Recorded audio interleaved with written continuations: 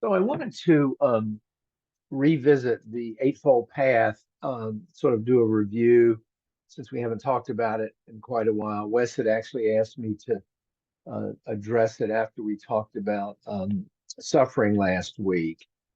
And um, it's part of the Four Noble Truths to remember. And it's the fourth of the Four Noble Truths, or the Eightfold Path. I know, there's always a lot of numbers in the Buddha's teachings, but it's really his prescription, if you will, for dealing with the suffering that we talked about on Wednesday. And it the Eightfold Path really covers most aspects of living, includes guidance on how to live a life of wisdom, of ethical conduct, of mental clarity, freedom from suffering. And you'll recall that the Four Noble Truths, the first one, the Buddha talked about the existence of suffering. Then he talked about its origin, which sort of boils down to clinging. Then he talked about the cessation of suffering, and then the path leading to the end of suffering, which is the Eightfold Path. So that's what we're going to talk about today. And keep in mind that these are not commandments, the Eightfold Path, any more than the precepts or any of the other guidance the Buddha gives. Commandments exist in a lot of other faith traditions, but on this path, there's no consequence to falling short of them other than our continued suffering. I mean, you're not going to go to hell if you don't follow right to the letter, the tenets of the Eightfold Path. Buddhism is very forgiving and compassionate in this way because it understands that this path is a challenging one. There's a struggle, it's a struggle.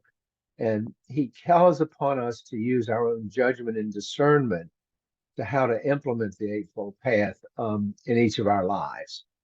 And this really appealed to me early on in my exploration of Buddhism, the fact that it's kind of left up to us to do this and to take responsibility for it. We don't look to an outside authority so much to decide whether we're, sinning or not sinning or walking the path correctly. And the Eightfold Path is really divided into three baskets, if you will. Those being ethics, concentration, and wisdom, and we'll review each one separately. Let's talk about the first basket. Let's talk about ethics as the first basket, and that includes right speech, right action, and right livelihood. And the right part has been variously translated. I just prefer that nomenclature. And we'll look at each of these three: right speech, right action, right livelihood individually. Right speech obviously emphasizes the importance of mindful and compassionate communication. It encourages us to avoid falsehood, avoid divisive speech, harsh language, and gossip. And it promotes words that are truthful, kind, and beneficial. And I think it's self-evident what right speech is. And it's such a critical part of our relating to each other that it gets a strong emphasis in the Buddhist teachings. The second in the ethical basket is right action, and right action extends ethical conduct beyond our speech to our actual behavior. It involves doing no harm with our actions.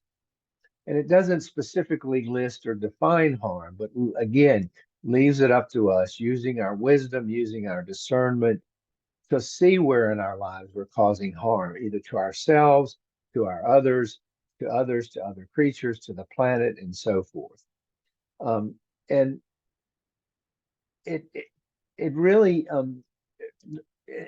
this is not to say that other Sangha members or teachers can't help us see our blind spots. I mean, it's not just upon us to determine right action. But overall, it involves refraining from harming living beings, from stealing, engaging in immoral conduct. And often the five lay precepts that we've talked about of abstaining from killing, stealing, false speech, sexual misconduct, and using intoxicants fall under right action. Um, right action asks us to cultivate actions that promote well-being and harmony. In our modern times, I think this would also extend to our stewardship of the environment. That's one of my takes on right action.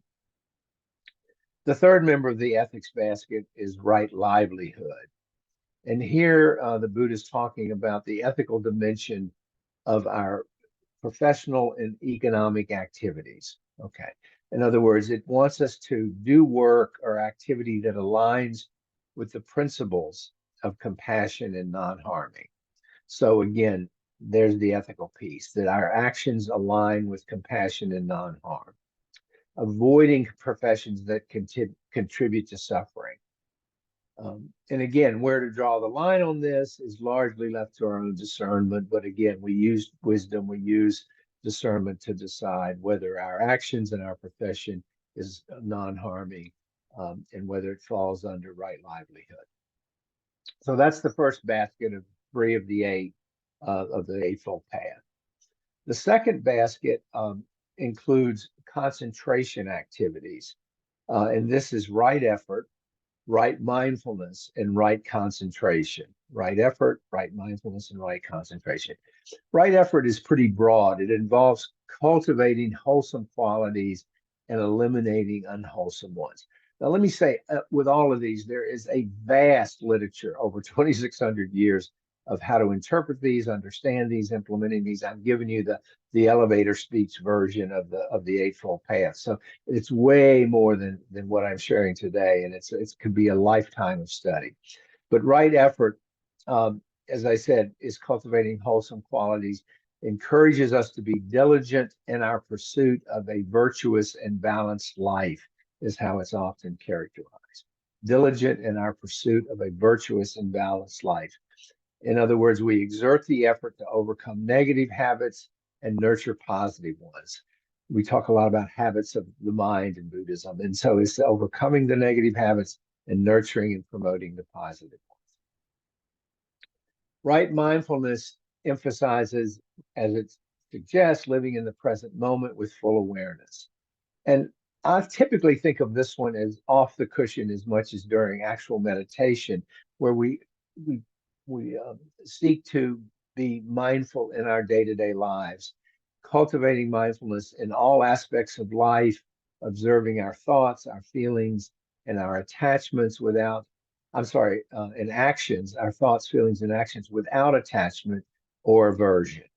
You know, when we talked about equanimity, about not responding, clinging to pleasure, pushing away aversion, that we're mindfully present with all that arises. Right concentration really does focus on our meditation practice. It refers to the cultivation of focused and tranquil states of mind through meditation. The notion here is that by developing concentration, we gain deeper insight into the nature of reality. You know, we see things as they are, not as we wish them to be. And we ultimately overcome much of our suffering with right concentration.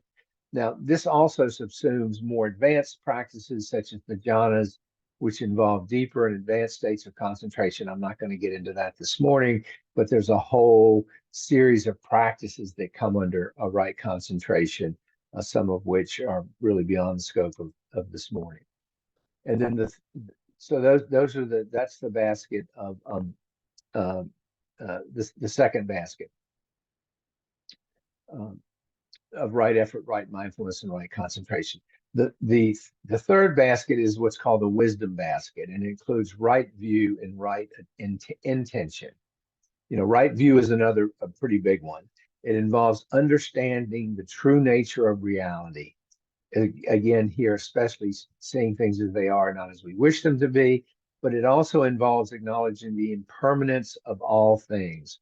Right view means we understand permanence, we understand the nature of suffering, and we understand the interdependence of all things. Okay. It encourages us to cultivate a perspective that aligns with the wisdom of the Buddha's teachings. That's right view. And then right intention, number 8, is the cultivation of a mindset of goodwill, of compassion, and non-harming. And you see how there's a lot of overlap between various members of the Eightfold Path. But right intention urges us to renounce harmful desires, to foster a life of ethical conduct and benevolence. Um, so the Eightfold Path, as I hope you can see, provides a comprehensive roadmap for leading a life of wisdom, ethical conduct, and mental clarity. And as we navigate these steps and we try to implement them in our daily lives, we move closer to the promise that the Buddha offered of a life relatively free of unnecessary suffering and with some freedom, some ease, and compassion and goodwill toward ourselves and others. So that's a quickie overview of the Eightfold Path. As I say, there's much, much, much more to say about it, which obviously would be a lifelong study. But I wanted to just give us a reminder and a review, a revisit of them this morning, since we had just recently talked about suffering and equanimity and other aspects of the Eightfold Path. So let me stop there and get your thoughts.